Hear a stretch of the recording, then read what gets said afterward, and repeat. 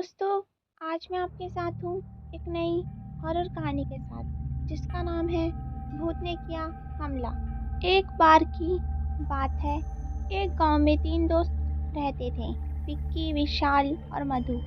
इन तीनों में इतनी गहरी दोस्ती थी कि जहाँ भी जाते थे साथ ही जाते थे, कुछ भी खाते मिल बांट कर खाते। एक दिन मधु अपने दोस्तों के साथ स्कूल से घर लौट रही थी।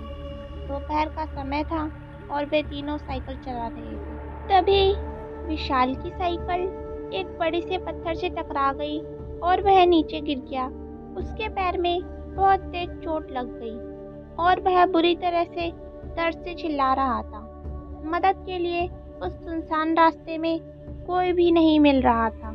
तभी मधु भागकर मदद के लिए किसी को बुलाने गई। थोड़ी दूर गई तो उसे एक 2 मंजिला घर दिखाई दिया। उसे लगा कि शायद वहां मदद मिल जाएगी। फिर वो वहां गई, लेकिन वहां जाकर देखा तो सारे कमरे में ताला लगा हुआ था। उसी वक्त मधु को लगा कि कोई उसके पीछे से होकर दूसरी मंजिल पे गया और जब वो पलटकर ऊपर देखी तो उसे एक परछाई दूसरे मंजिल पर जाते हुए दिखाई दी। मधु को लगा कि शायद ऊपर कोई रहता होगा, उसी की परछाई होगी। मधु उसे रोकने के लिए आवाज लगाते हुए उसके पीछे पीछे दूसरे मंजिल पर चली गई। फिर वो वहां जाकर देखी तो उस मंजिल पर बस एक कमरा था और उस कमरे पर ताला लगा हुआ था। मधु को कुछ समझ नहीं आ रहा था, तो वह परछाई को मन का वहम मानकर वापस जाने लगी। जब उसने पीछे मुड़कर उस कमरे की ओर देखा तो उस पर जो ताला लगा था वह टूटकर नीचे गिरा हुआ था। मधु एकदम से डर गई और सोचने लगी ये कैसे हो सकता है, लेकिन उसे अपने दोस्त की मदद करनी थी, इसलिए हिम्मत जुटाकर धीरे धीरे उस कमरे में गई और वहां जाकर देखी कि एक बहुत बड़ा लंबा चौड़ा और डरावना आदमी अपने बिस्तर में सोया हुआ था। मधु ने उससे पूछा, भैया क्या आप मेरी मदद करेंगे? वहाँ रास्ते में मेरा दोस्त साइकिल से गिर गया है, उसके पैर में बहुत तेज चोट आई है, दर्द के मारे चिल्ला रहा है। अगर आप मेरी मदद करेंगे तो बहुत मेहरबानी हो। लेकिन वह आदमी मधु की बात पर कोई जवाब नहीं दिया। फिर मधु को उस आदमी पर गुस्सा आ गया।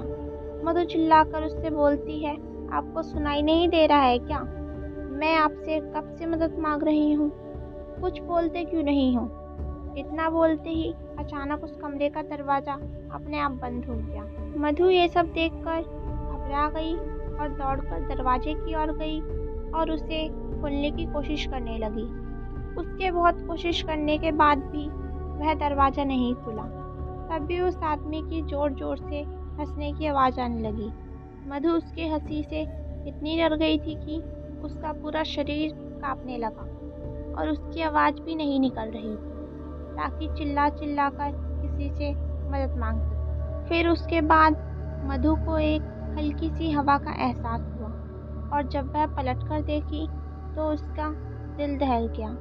वह आदमी जो कुछ देर पहले बिस्तर में सोया हुआ था और अब अचानक उसके सामने आकर खड़ा हो गया है और जोर जोर से हंसने लगा।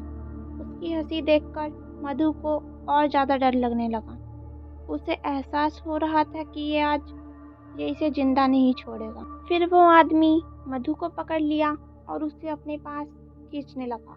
मधु जोरों से रोने चिल्लाने लगी। वह आदमी उसके मुंह पर हाथ रखा और उसे नोचने लगा और उसके बाल पकड़कर घसीटते हुए उसे जंगल की ओर ले जाने लगा।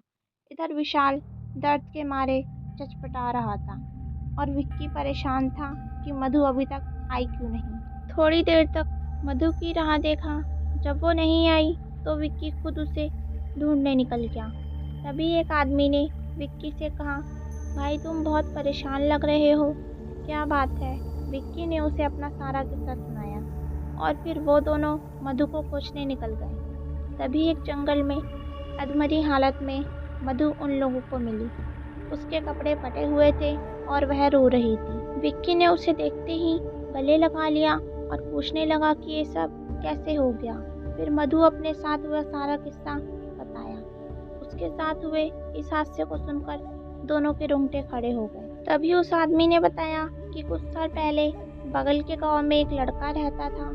वह थोड़ा पागल सा था और हमेशा आते जाते लड़कियों को छेड़ते रहता था। उससे परेशान होकर लड़कियों ने अपने माता पिता से बताया। फिर गांव वालों ने उसे बहुत मारा। फिर 2-4 दिन के बाद वह उसी 2 मंजिल घर में जाकर अपने आप को एक कमरे में बंद करके चाकू मार लिया। उसकी मौत का काफ़ी दिन तक किसी को पता ही नहीं चला था। लेकिन जब उसकी लाश मिली तो बहुत ही डरावनी और भयंकर हालत में थी और तब से उसकी आत्मा उसी कमरे में भटकती रहती है। इसलिए इस घर में आज तक कोई नहीं जाता है। उसके बाद विक्की ने उस आदमी की मदद से मधु और विशाल को घर ले गया और फिर ये तीनों उस रास्ते से होकर दोबारा कभी नहीं गए।